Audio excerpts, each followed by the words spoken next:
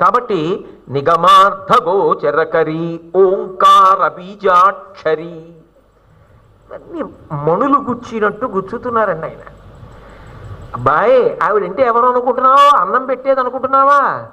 అన్నం ఒక్కటే కాదయా, అన్నం తిని నువ్వు చదువుకున్న శాస్త్రము చేత ప్రతిపాదింపబడిన పరబ్రహ్మము నీకు అద్వైతానుభూతిగా నిలబడేటట్టు చెయ్యగలిగిన మహాతల్లి. కదలికలు తెచ్చినదే కదలికలు ఆపగలదు. కదలికలు ఆగితే తప్ప శివుడు కాలేవు. కదలికలు వస్తే తప్ప శివుణ్ణి పొందలేవు. పరస్పర విరుద్ధం కదా. అసలు మీరు చెప్పిన మాట మీకు అర్థమైందా అంటారు మీరు. నాకు తెలుసు. మీకు ఉదాహరణ చెప్పేశాను అనుకోండి, తేలిక. ఒక పెద్ద చెరువు ఉంది. నేను ఒడ్డున నించుని చూశా. అద్దం పెట్టేసినట్టుంది, ఏం కదలికలు లేవు. ఆ నీటి పైనుంచి చూస్తే మహానందిలో పుష్కరిణిలాగా లోపల వేసిన రూపాయి కాసు కూడా కనబడుతోంది. నేనేం చేశానంటే ఉన్నవాడిని ఊరుకోకుండా ఓ చిన్న రాయి తీసి ఇలా పడేశా. రాయి నీళ్లలో ఎక్కడ పడిందో అక్కడి నుంచి తరంగములు బయలుదేరుతాయా? ఒక్కొక్క తరంగం వచ్చి నీళ్లలో కదలిక వస్తుందా? ఆ తరంగం కొంత దూరం వెడుతుందా? అంటే నీళ్లలో కదలిక వచ్చిందా? ఈ కదలికలన్నీ అమ్మవారు. ఎక్కడ? నీళ్లలోనే. ఈ కదలికలన్నీ ఆగిపోవాలి. మళ్ళీ ఆగిపోతే శివుడు. ధర్మము కదలికలన్నీ ధర్మము చేత కట్టబడాలి. ధర్మము చేత కదిలిన కదలికలు ఆగినప్పుడు సమాధి. అది ఆవిడ అనుగ్రహిస్తుంది. అప్పుడు అద్వైతానుభూతి. అన్నపూర్ణ అన్నం పెట్టిన తల్లే ఇది కూడా చేయగలదు. రాయి వేసిన వాడికే తరంగములు కనబడి తరంగంలో ఆగడము కనబడినట్టు అన్నం పెట్టిన తల్లి కదలడము ధర్మబద్ధంగా ఇచ్చి ఆఖరణ శివుడిగా నిలబెట్టగలదు. ఓంకార బీజాక్షరి. అమ్మా ఓంకారము నువ్వే. ఓంకార బీజాక్షర స్వరూపము నువ్వేను సుమా. ఒక్కొక్క మాట పలుకుతున్నప్పుడు శంకరాచార్యుల వారు ఎంత గంభీరమైన, ఎంత ఉదాత్తమైన, మహోత్కృష్టమైనటువంటి విశేషణములతో పిలుస్తారు అమ్మవారిని. అది బీజాక్షరము అన్నారు. బీజాక్షరము అంటే అది చూడండి, ఒక గింజకి తడి తగిలింది అనుకోండి, అందులోంచి అంకురం పైకి వస్తుంది. అలా బీజాక్షర మననము చేత శక్తి విస్ఫోటనం అవుతుంది. అది నేను చెప్తున్నది కాదు, శబ్దశాస్త్రం చెప్తోంది. అందులో శాక్తేయమునకు శబ్దశాస్త్రము ప్రాణప్రద సిద్ధాంతము. ఓంకార బీజాక్షరి. ఓంకారం అనేటటువంటి బీజాక్షరం ఉన్నదే ప్రణవము. ఆ ప్రణవము నువ్వే. ఆ అక్షరమును రూపముగా మారిస్తే నువ్వు అవుతావు. ఎలా? ఓం. అందులో ఏముంది? అకారము, ఉకారము, మకారము, ఈ మూడు కలిపితే ఓం. అ అంటే సృష్టి, ఉ అంటే స్థితి, నిలబెట్టడం, రక్షించడం, మ లయం, పడగొట్టి మళ్ళీ ఇంకొక శరీరాన్ని ఇస్తూ ఉండడం. సృష్టి, స్థితి, లయ, ఈ మూడు అకార, ఉకార, మకారముల చేత ప్రతిపాదింపబడతాయి. ఓం అయింది. ఇప్పుడు ఓం పరబ్రహ్మం. ఎందుకని? ఎవరు సృష్టి చేసి స్థితి చేసి లయ చేస్తున్నాడో వాడే పరబ్రహ్మం. ఈ లోకములన్నిటినీ వాడే సృష్టి చేస్తున్నాడు. ఈ లోకములన్నిటినీ వాడే నిలబెడుతున్నాడు. ఈ లోకములన్నిటినీ వాడే పడగొడుతున్నాడు. లోకంబులు లోకేశులు లోకస్తులు తెగిన తుది అలోకంబకు పెంచీకటి కావల యవ్వండే కకృతి వెలుగువతని నేసేవింతున్. ఈ లోకములు లోకేశులు లోకస్తులు అందరూ పడిపోయిన తర్వాత ఆయన మాత్రం అలాగే ఉంటాడంతే. ఆయనకి వెలుగు కోసం మళ్ళీ ఇంకొకటి అక్కర్లేదు. నత్ర సూర్యోభాతి నచంద్ర తారకం నేమా విద్యుతో భాతి కుతోయమగ్ని త్వమేవ భాంతమనుభాతి సర్వం తస్య భాషా సర్వమిదం విభాతి. ఆయన యొక్క వెలుగుని చూపించడానికి వేరొక వెలుగు అవసరం లేదు. ఆయనే వెలుగులకు వెలుగై ఉన్నాడు. అటువంటి పరమాత్మ స్వరూపం ఏదుందో అది సృష్టికర్తగా, స్థితికర్తగా, ప్రళయకర్తగా ఉన్నది. అందుకే ఆంగ్ల భాషలో కూడా పరబ్రహ్మమును తేలికగా నిర్వచనం చేయడానికి గాడ్ అనేటటువంటి మాట వచ్చింది. గాడ్ అంటే GOD కదా. The omnipresent and omnipotential force which generates, operates and destroys is commonly called as the God. G అంటే జనరేషన్, సృష్టి. O అంటే ఆపరేషన్, స్థితి. D అంటే డెస్ట్రక్షన్, సరి అయిన మాట కాదు కానీ లయ. సృష్టి, స్థితి, లయ మూడు చేసేవాడెవడో వాడు పరబ్రహ్మం, గాడ్. కాబట్టి ఈ మూడిటిని ఆయన చేస్తూ ఉంటాడు, మూడుగా కనపడుతూ ఉంటాడు. ఏకస్త్వమేవ బహుధా భవభాసి లోకే నిశ్శంకధీర్వృషభకేత నమల్లినాథ శ్రీభ్రామరిప్రియ సుఖాశ్రయ లోకనాథ శ్రీమల్లికార్జున విభో తవ సుప్రభాతం అంటారు శ్రీశైలంలో. ఏకస్త్వమేవ బహుధా భవభాసి లోకే, ఉన్నదిని ఒక్కడివే శివ, ఇన్ని రూపములుగా కనపడుతున్నావు.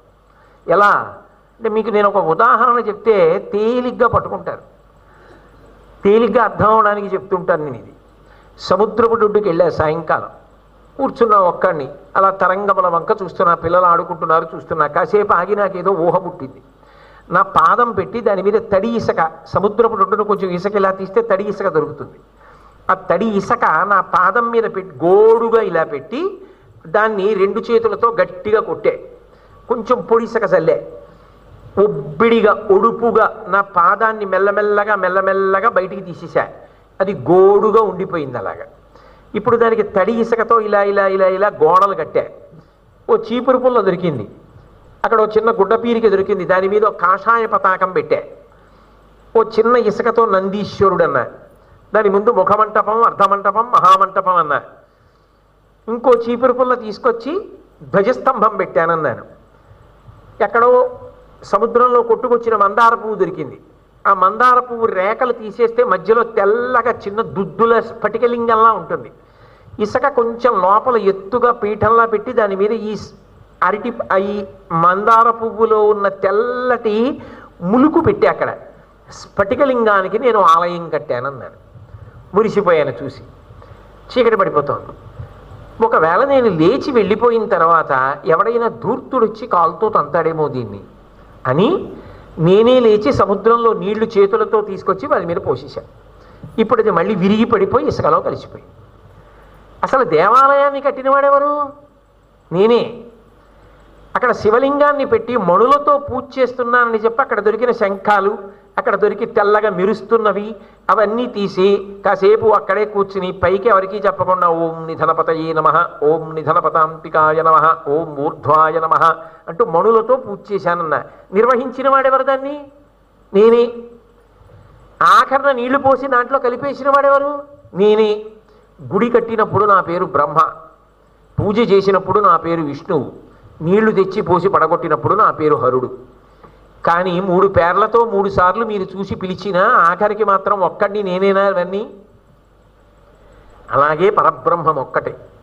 ఆ ఒక్క పరబ్రహ్మమే 3 పేర్లు పెట్టుకుని సృష్టి స్థితి లయ చేస్తుంది. దాన్ని ఓం అంటారు, ప్రణవం. ఇప్పుడు ఆ ప్రణవం రూపం తీసుకుందనుకోండి, అదే అమ్మవారు. ఎలా? ఉమా. ఆ ఉమా ఓం, ఉమా ఆ ఓం. ఓంలో ఉన్న 3 అక్షరాలేగా ఉమాలో ఉన్నాయి. అప్పుడు మరి ఓం రూపం తీసుకుంటే ఉమా రూపం అవలా? ఆ ఉమా సరస్వతీ కటాక్షం శంకరాచార్యులు వారు దాన్ని కొనసాగిస్తున్నారు. అందుకే కౌమారి నిగమార్థ గోచరకరి ఓంకార బీజాక్షరి. ఆయనకి ఆ సరస్వతీ వైభవం, ఆ శారదా కటాక్షం మీద ప్రీతి అటువైపు ప్రవహిస్తోంది ఆ స్తుతి పాఠం. అందుకే ఇప్పుడు ఉమా అయితే ఏమిటి ప్రణవానికి దీనికి తేడా? ఓంకారంలో అకార ఉకార మకారములు ఉన్నాయి, ఉమాలో ఉకార మకార అకారములు ఉన్నాయి. ఉమా అన్నప్పుడు ఉ మా మా అన్నప్పుడు మాలో అకారం ఉందా? ఉమా ఆ ఉమా ఆ ఉమా ఓం అయినప్పుడు ఉ మా ఆ అయితే ఆ ఉ మా ఓంలో ఉ స్థితి. ఉమాదేవి దగ్గరికి వచ్చేటప్పటికి మొట్టమొదటికి ఏది వచ్చింది? స్థితి. అంటే ఏది ముందొచ్చింది? రక్షణ. అంటే అమ్మవారు దేని మెట్ల మమకారంతో ఉంటుంది? రక్షణ యందు మమకారంతో ఉంటుంది. ఆవిడికి ఎప్పుడు ఏమిటి ప్రీతి అంటే శాంకరి. అందరినీ రక్షించడం అంటే ఆమెకి ఎంత ఆనందం. అందుకే ఆవిడ దగ్గరికి వెళ్ళేటప్పటికి మాత్రం ప్రణవం ఉమారూపాన్ని పొందినప్పుడు ముందు స్థితి పెడుతుంది. స్థితి లయ సృష్టి. స్థితి నిలబెడుతుంది, లయ జ్ఞానం ఇచ్చి కలిపేస్తుంది. అలా జీవుల్ని మళ్ళీ సృష్టి చేస్తూ ఉంటుంది.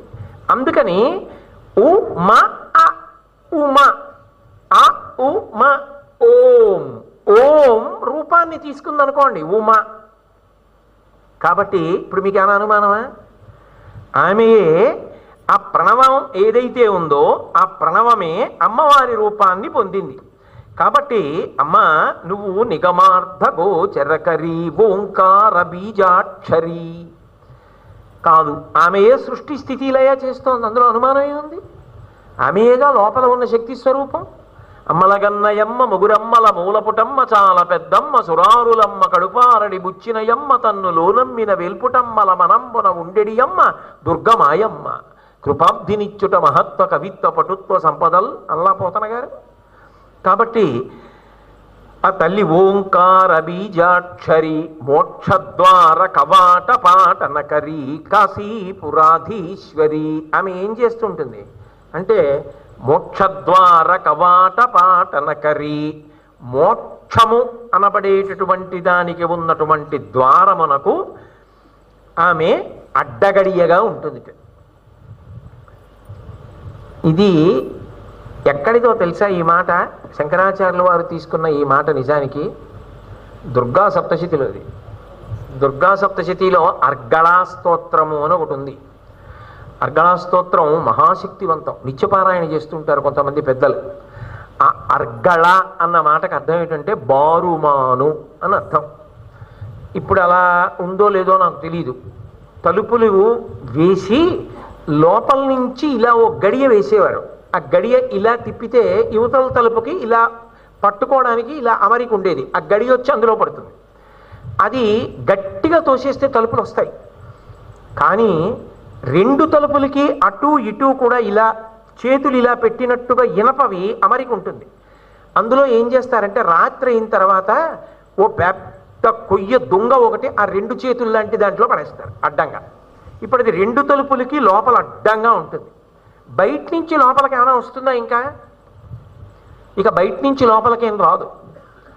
అంటే ఆమె అర్గళ అవుతుంది, బారుమాన్ అవుతుంది, అడ్డగడి అవుతుంది. ఎలా అంటే ఏ బయటి విషయము వలన విషయ సుఖముల కొరకు లోపల మనసు కదలకుండా చేసి నిలబెట్టి ఏకాగ్రతనిచ్చి మనసు భగవంతుని యందే నిలబడేటట్టు చెయ్యగలిగిన శక్తి స్వరూపము ఏది ఉన్నదో ఆమె అర్గళ.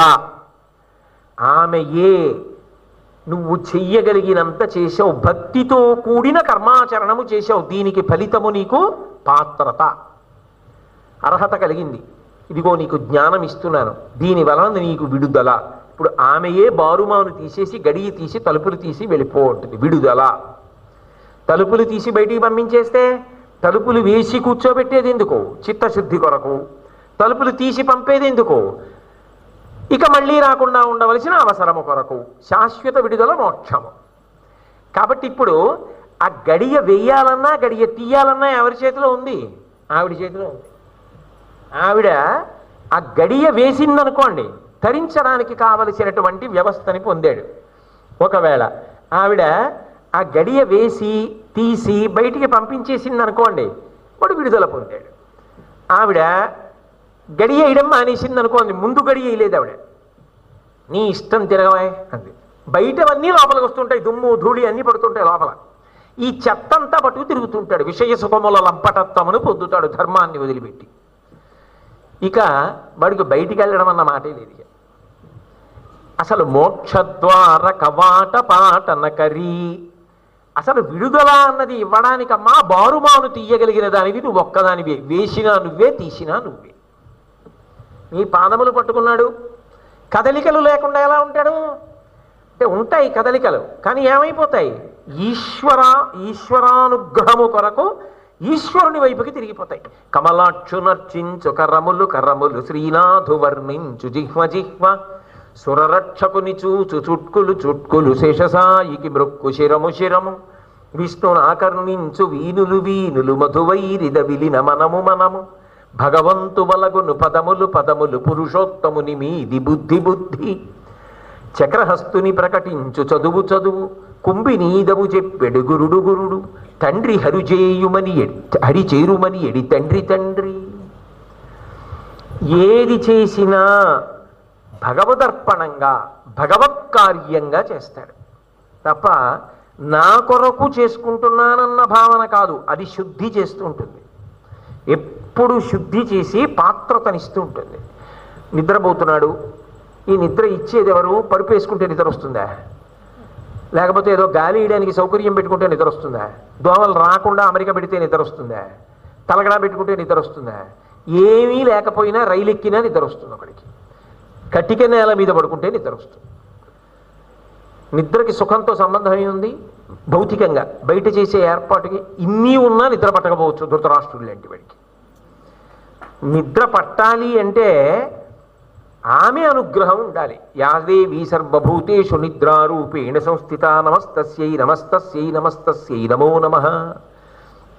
ఆమె అనుగ్రహం ఉందనుకోండి, కంటి నిండా నిద్రపోతాడు. హాయిగా సుఖంగా నిద్రపోయి తెల్లవారేటప్పటికి మళ్ళీ సంతోషంగా లేచి ఉత్సాహంగా కార్యక్రమాలు చేస్తాడు.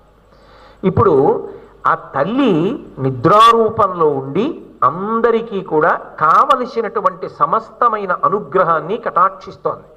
అయినప్పుడు నిద్రపోతే ఆమె అనుగ్రహం, నిద్రలేస్తే ఆమె అనుగ్రహం, తింటే ఆమె అనుగ్రహం, జీర్ణమైతే ఆమె అనుగ్రహం, అన్నీ ఆ తల్లి అనుగ్రహం కాకుండా ఎలా ఉన్నాయి?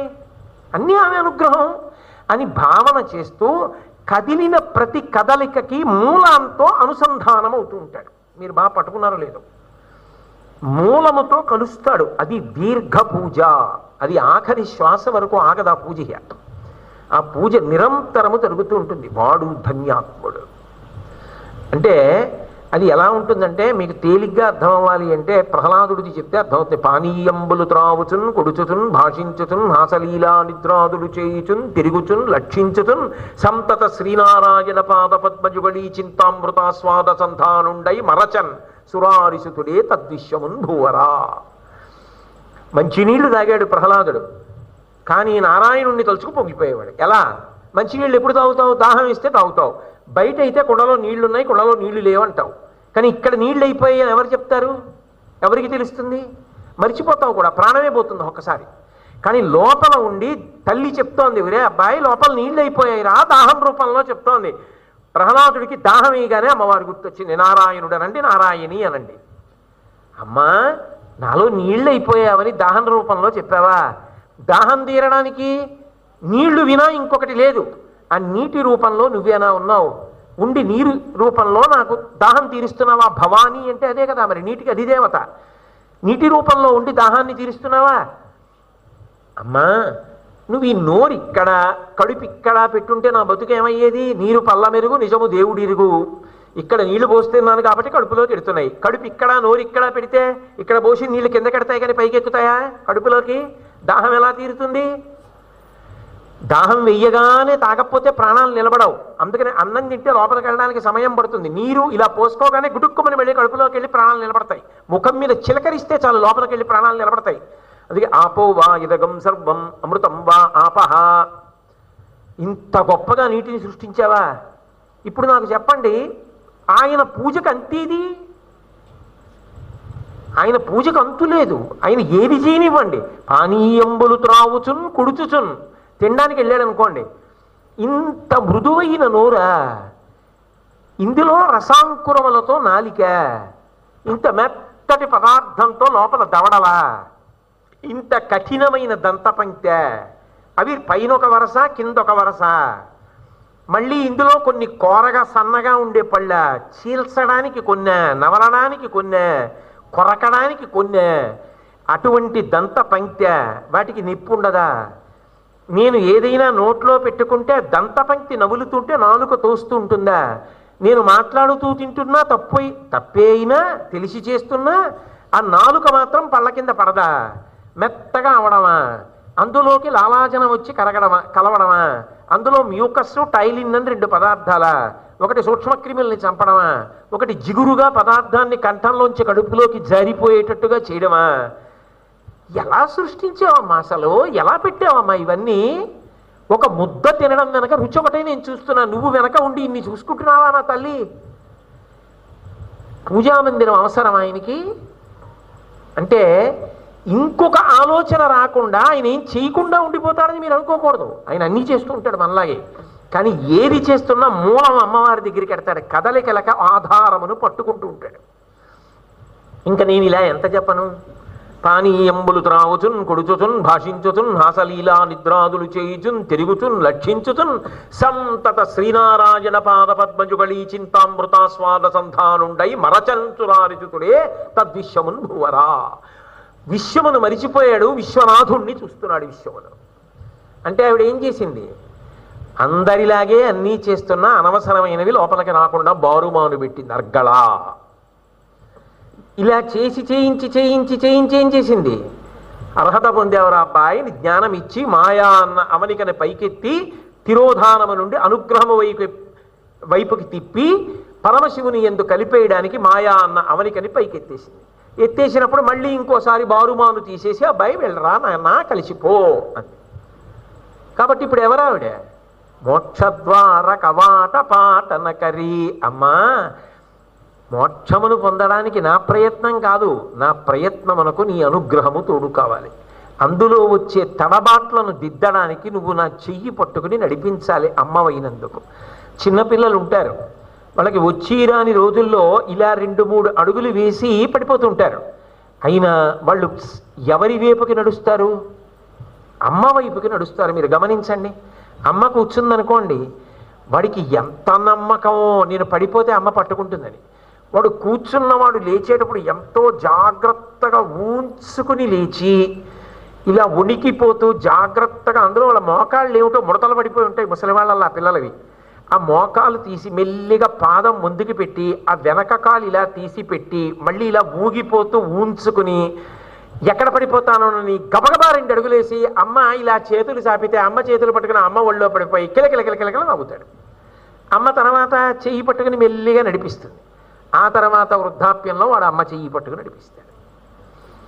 అమ్మ నాకు ఉపాసనలో ఒడుదుడుకులుంటాయి. ఒకనాడు ఉన్నాడంటాను, ఒకనాడు లేడంటాను. రోజీరోజదు కామినీ జనుల తారుణ్యోరు సౌఖ్యంబులన్ బాసీబాజత పుత్రమిత్ర ధన సంపద్భ్రాంతి వాంఛాలతల్ కోశీ కోయిదు నామనంబకట నీకున్ ప్రీతిగా సత్క్రియల్ చేసీ చేయుదు దీని తుళ్ళన చవే శ్రీకాళహస్తీశ్వర. అలా నిలబెట్టి విడుదల ఇవ్వగలిగిన తల్లి ఎవరు అంటే అమ్మా, కేవలం అన్నం పెట్టేదానివి కావమ్మా, మోక్షమునకున్నటువంటి ద్వారమునకు బారుమాను తీయగలిగిన దానివి నువ్వే. కనుక మోక్షద్వార కవాట పాటనకరి కాశీపురాధీశ్వరి. కాశీయే విముక్త క్షేత్రం, మోక్షమునకు ఆలవాలం. కాబట్టి కాశీపురాధీశ్వరి. నిజంగా చెప్పండి, మీకు ఈ అన్నపూర్ణాష్టకం వింటున్న తర్వాత ఓసారి మళ్ళీ వెళ్ళి బాగా చూడాలా. వెళ్ళాం కానీ ఏమిటో అంత బాగా జ్ఞాపకం లేదు. త్రికరణ శుద్ధిగా చెప్పాలంటే రాత్రి పడుకున్నప్పుడు ఆయన్నేమో ఏమంటే అన్నపూర్ణ అంతకన్నా ఎవరిని అడుగుతారు, ఎవరిని అడిగితే గుర్తులేదా అంటే అడుగుతున్నాయి. వాడికి గుర్తు లేకపోయినా అలాగే అంటాడు. అందుకని ఏమంటే మీకు బాగా గుర్తుందా అన్నపూర్ణాలయానికి ఎప్పుడు వెళ్ళామండి, చూసామంటారా ఇవన్నీ, అంత గొప్పదా అంటే ఆయన ఏమంటాడు, నాకు గుర్తులేదు అంటే బాగుండదు కదా, నడిపించవలసిన వాడు. అందుకని ఆయన అంటాడు పోన్లేవే మళ్ళీ వెడదాం మనం కాశీ వెళ్ళి ఈసారి గంగలో స్నానం చేసి విశ్వనాథ దర్శనం అవగానే అన్నపూర్ణమ్మ గుడికి వెళ్ళిపోదాం, వెళ్ళిపోయి కొంతసేపు కూర్చుందాం అన్నపూర్ణమ్మ ఆలయంలో అని. ఎంత తొందరగా కాశీ వెడదామని మీకు అనిపిస్తోందా లేదా? శంకరాచార్యుల వారి గొప్పతనం ఎక్కడుందంటే ఆ ప్రేమ కలిగినప్పుడు మీరు ఆ రూపాన్ని చూడకుండా ఉండలేరు. అది చూసేశారనుకోండి మీకు ఆనంద భాష్పాలు వస్తాయి. నేను ఇంత విన్నది ఈ అమ్మ గురించా, ఈ అమ్మ ఇన్ని చేస్తావా, అమ్మా నన్ను అనుగ్రహించవా అని ఇక నోటితో అనరు. భావపారవస్యంతో ఆమె ముందు ఇలా నిలబడినప్పుడు రోమాంచితమై కన్నుల వెంట ఆనంద భాష్పాలు పడుతూ వెళ్ళినప్పుడు 1 గంట కూర్చునేలా పెడతారు. కూర్చోవాలి అక్కడ. నేను ఈ మాట అన్నపూర్ణాష్టకం పట్టుకెళ్ళి చదువుకోవాలి. నేను ఆ తల్లిని 1 మాట కాదు 3-4 మాటలు చూడాలి, నేను అక్కడ అన్నం తిని రావాలి అని అనిపిస్తుందే. అటువైపుకి తిప్పడం, అమ్మతో మనకి ఆ అనుబంధాన్ని కల్పించడం జగద్గురువులుగా శంకర భగవత్పాదుల యొక్క అద్భుతమైన ప్రయత్నం. దానికి దేశకాలములతో సంబంధం లేదు. ఎన్ని యుగాలు మారిపోనివ్వండి, ఇటువంటి స్తోత్రములు అజరామరములు, అక్షర రూపములో ఉన్న అమృత భాండములు. అందుకే శంకర భగవత్పాదులకు ఈ జాతి రుణపడిపోయింది అని 1కి 100 మాటలు చెప్పడం వినానే చేయగలిగినది ఏముంటుంది? కాబట్టి కైలాసాచల కందరాలయకరీ గౌరీ ఉమాశాంకరి కౌమారీ నిగమార్ధగోచరకరీ ఓంకార బీజాక్షరీ మోక్షద్వార కవాట పాటనకరీ కాశీపురాధీశ్వరి భిక్షాం దేహి కృపావలంబనకరీ మాతా అన్నపూర్ణేశ్వరి దృశ్యాదృశ్య విభూతి వాహనకరీ బ్రహ్మాండ భాండోదరి. శంకరులు అక్కడి నుంచి జగత్స్వరూపంలోకి వస్తున్నారు. జగన్మిథ్యా బ్రహ్మసత్యం శంకరాచార్యులు వారి సిద్ధాంతం కదా. ఆయన ఒక పరమాద్భుతమైన విషయాన్ని ప్రతిపాదన చేస్తున్నారు. దృశ్యాదృశ్య విభూతి పావనకరీ వాహనకరీ. అమ్మా, కంటికి కనపడేటట్టుగా కొన్ని చేస్తావు, కంటికి కనపడనివి కొన్ని చేస్తావు, కానీ రెండిటికీ కర్తవు మాత్రం నువ్వే. రెండూ ఆవిడ రూపాలే, రెండూ ఆవిడే చేస్తూ ఉంటాయి. ప్రత్యక్షమైన ఉదాహరణలు ప్రకృతి స్వరూపంగా ఓ విత్తనాన్ని పెడితే ఓ చెట్టు వస్తోందా, ఆకులు వేస్తోందా, గెల వేస్తోందా, కాయలు కాస్తోందా, ఈ భూమి కనపడుతోందా, నీళ్లు కనపడుతున్నాయా, తాగితే దాహం తీరుతోందా? ఇవన్నీ కంటికి కనపడేటటువంటి అమ్మవారి యొక్క విభూతులు. అలాగే ఆవిడ యొక్క గొప్పతనం ఇంకొకటి ఉంది. కంటికి కనపడేటట్టుగా ఆమెయే తిరుగుతుంటుంది. ఎలా? గురుమండల రూపిణి. నిజానికి గురువు రూపంలో తిరిగేది ఆవిడే తిరుగుతోంది. అంటే ఆయన గురువు అని పేరు పెట్టేసుకున్న వాడి గురించి నేను చెప్పట్లేదు. ఎవరికైనా గురి కుదిరి గురువు గారిని పిలిస్తే, అంతేగాని నాకు నేనే గురువు గారు కోటేశ్వరారని నాకు నేనే ప్రకటించేసుకున్నాను అనుకోండి, అదో అర్థం లేని విషయం. నాకు నేనే గురువు అని చెప్పుకోవడం ఏంటి? ఎవరైనా నన్ను అనాలి. నా మీద గురి కుదిరితే వాళ్ళు గురువు గారు అంటే నాకు అర్థం ఉంది. అంతేగాని నాకు నేనే గురువు గారిని పేరెట్టేసుకుంటే అంత అర్థరహితంగా ఉంటుంది. గురుమండల రూపిణి అన్న మాటకి నేను ప్రతిపాదించే అర్థం ఏమిటంటే, అదిగో అటువంటి మహాపురుషులు, ఏదో కామకోటి పీఠాధిపతులు, శృంగేరి పీఠాధిపతులు, అటువంటి దార్శనికులు మహాపురుషులు ఉంటారే, అటువంటి గురువులు. వాళ్ళు అనుభవించి లోకమునకు మార్గాన్ని చూపిస్తున్న వాళ్ళు. అటువంటి గురువులు ఎవరున్నారో ఆ గురువు రూపంలో ఉన్నది నిజానికి అమ్మవారే. తండ్రి రూపంలో ఉన్నది అమ్మవారే, తల్లి రూపంలో ఉన్నది అమ్మవారే, గోవు రూపంలో ఉన్నది అమ్మవారే.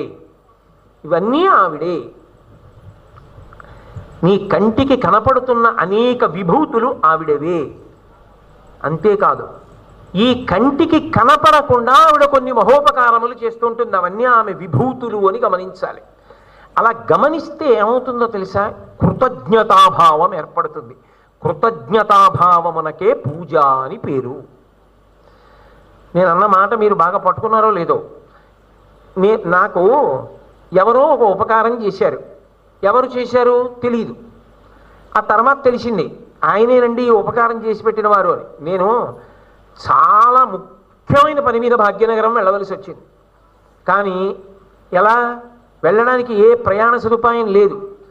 ఇవాళ ఇంకో గంటలో వెళ్ళాలంటే ఎలా దొరుకుతుంది నాకు టికెట్? కానీ నేను ఇంటికి వెళ్ళి ఎలాగో అలా వెడతాను లేవే, తలుపు దగ్గర నిలబడైనా వెళ్ళిపోతా తప్పదు అని వెళ్ళేటప్పటికీ కింద ఆ ఇంటి సంరక్షకుడు ఒక కవర్ ఇచ్చాడు. ఎవరో వచ్చారండి, మీకు ఇది ఇచ్చి వెళ్ళమన్నారు, తర్వాత కలుస్తా అన్నారు, మీరు పని అయిపోయిన తర్వాత వచ్చి కలుస్తా అన్నారని. నేను ఆ కవర్ తీసి చూస్తే ఆ రోజు నేను వెళ్ళడానికి వీలుగా ఏదో ఆశ్చర్యక పరిస్థితుల్లో ఇచ్చేటటువంటి పడుకుని వెళ్ళడానికి వీలైనటువంటి వ్యవస్థతో కూడుకున్నటువంటి టికెట్ని ఆయన తీసుకొచ్చి ఆ కవర్లో పెట్టి నాకు ఇచ్చాడు. ఎవరో తెలియకుండా ఉపకారం చేశాడు. పని అయిపోయింది. అమ్మయ్య, ఆయన ఆ రోజున అలా ఇవ్వకపోతే ఎంత ఇబ్బంది పడిపోదునో, అందులో ఆ రోజు చాలా తలపోటుగా ఉంది, ఎలా ప్రయాణం చేద్దునో అనుకున్నాను. తిరిగి వచ్చిన తరువాత అలా ఇచ్చిన వారు ఆయనేనండి అని చెప్పారు. అప్పుడు నాకు ఆయన పట్ల ఎంత కృతజ్ఞత కలుగుతుంది అంటే, కొన్ని వాళ్ళే చేశారని చెప్పడానికి ఆధారం ఏది అంటే శాస్త్రము. ఆ దర్శనమును పొందినటువంటి పెద్దలు వాళ్ళు సాక్ష్యం. మనకి మనంగా తెలుసుకునే అవకాశం కనపడకపోవచ్చు, కానీ అది జరుగుతోంది అంటే చేస్తున్నవాడు ఒకడు ఉన్నాడు అని గుర్తు. నేను ఇప్పుడు ఇక్కడ ప్రవచనం చేస్తున్నాను అనుకోండి, నేనెవరో తెలియని వాళ్ళు ఉండొచ్చు. నేనేం మహాపురుషుణ్ణి గాను, ప్రఖ్యాతి వహించిన వాడిని గాను, నేనెవరో తెలుసుకోవడానికి. కానీ అక్కడ ఎవరో వింటున్నారు అనుకోండి, లోపలికి రాకపోయినా ఎవరో ఉపన్యాసం చెప్తున్నాడండి అంటారు. ఆ తర్వాత ఎవరండి ఆయన చెప్పిన ఆయన అని అడిగితే ఎవరో తెలుసున్న వాళ్ళు పేరు చెప్పారనుకోండి, ఓ ఆయన ఈయన అనొచ్చు, అది వేరు విషయం. అమ్మవారు మనకి తెలియకుండా కొన్ని విభూతులను, కొన్ని అనుగ్రహాలని కటాక్షిస్తూ ఉంటుంది. ఏమిటవి అంటే, మనం తెల్లవారితే అపరాజితా సూక్తము అని ఒక సూక్తం దుర్గా సప్తశతిలో, ఆ అపరాజిత సూక్తం చదువుతారు. అసలు ఆ పేరే అంత గొప్పది. అపరాజిత, ఆడపిల్లకి పెట్టుకోవడానికి అద్భుతమైన పేరు, 5 అక్షరాలతో. ఆ అపరాజిత వాకాటి పాండురంగారావు గారు వాళ్ళ అమ్మాయికి పెట్టుకున్నారులో ఉంది బహుశా అపరాజిత. ఆ అపరాజిత సూక్తంలో చెప్తారు, ఆ తల్లి ఎన్ని రూపాలలో ఉంటుందంటే, ఆ తల్లే ఆకలి రూపంలో ఉంటుంది, ఆ తల్లి తేజస్సు రూపంలో ఉంటుంది, ఆ తల్లి శ్రద్ధా రూపంలో ఉంటుంది, ఆ తల్లి కాంతి రూపంలో ఉంటుంది, ఆ తల్లి ఆ లజ్జా రూపంలో ఉంటుంది, మాతృ రూపంలో ఉంటుంది. ఆమె ఎన్ని రూపాలుగానో మనలో ఉంటుంది. ఉదాహరణకి ఒక ఆయనకి శాస్త్రం మీద అపారమైన శ్రద్ధ అనుకోండి, ఆ శ్రద్ధారూపంలో ఆయనలో ఉన్నది ఎవరో తెలుసా? కామాక్షియే, అమ్మవారే. యాదేవి సర్వభూతేషు శ్రద్ధారూపేణ సంస్థిత నమస్తస్యై నమస్తస్యై నమస్తస్యై నమో నమః. ఆయనలో ఉన్న శ్రద్ధ ఆయన ఆచరణ చేత తెలుస్తుంది తప్ప, శ్రద్ధ చూపించండి అంటే చూపించగలరా? ఆకలిని చూపించండి అంటే చూపించగలరా? అన్నం తిన్న తర్వాత పొందినటువంటి కాంతిని చూపించమంటే చూపించగలరా తీసి? నిద్రపోవడం నిద్రపోతారు కానీ నిద్రని చూపించమంటే చూపించగలరా? నిద్ర ఎలా ఉంటుందో తీసుకొచ్చి అక్కడ పెట్టి చూపించండి అంటే చూపించగలరా? నిద్రపోతున్న వాడిని చూపించగలరు, నిద్రని చూపించడం సాధ్యం అవుతుందా? ఆకలిని తీసుకొచ్చి ఒక వస్తువులో చూపించడం సాధ్యం అవుతుందా?